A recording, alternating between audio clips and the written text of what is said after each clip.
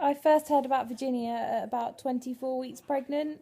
It was a few weeks after my 20-week scan, which went really well, and the baby measured absolutely fine. Despite that, though, I was told that I would probably have to end up having a few growth scans, simply because my bump was really small.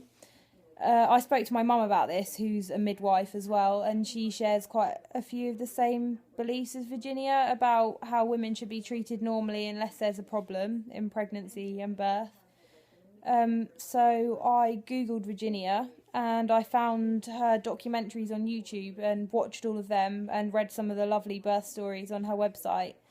From that point, I was completely inspired and knew that this was definitely the route that I wanted to go down to make sure that I had a completely positive experience of pregnancy and birth rather than having to go through a lot of interventions, which would have happened if I'd stayed with the NHS. Um, I emailed Virginia and she came out a couple of days later. And from that point, I had the most amazing care, complete continuity of care. Um, and yeah, it was just the best experience, really. I spoke to her about how I wanted to have the baby, which was at home and in the birth pool. And she was completely supportive of this, despite the fact that my bump was measuring absolutely tiny for the entire pregnancy. She knew that the baby was completely fine and healthy just by speaking to me about how her movements and everything. Um, and yeah, so I ended up having her at home, which was an amazing experience.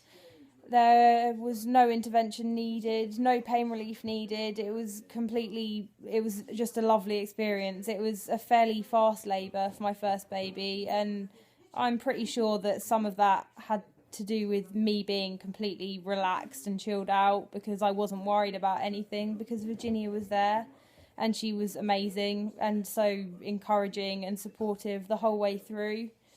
Um, yes, I had her at home, and although she was diddy, she was completely healthy, as Virginia had been telling me the whole way through. I'm pretty sure that if I'd stayed with the NHS, then I probably would have been induced after speaking to a couple of my friends who were induced at about 37 weeks after measuring small. So yeah, it was completely worth all the money that I spent on having an independent midwife.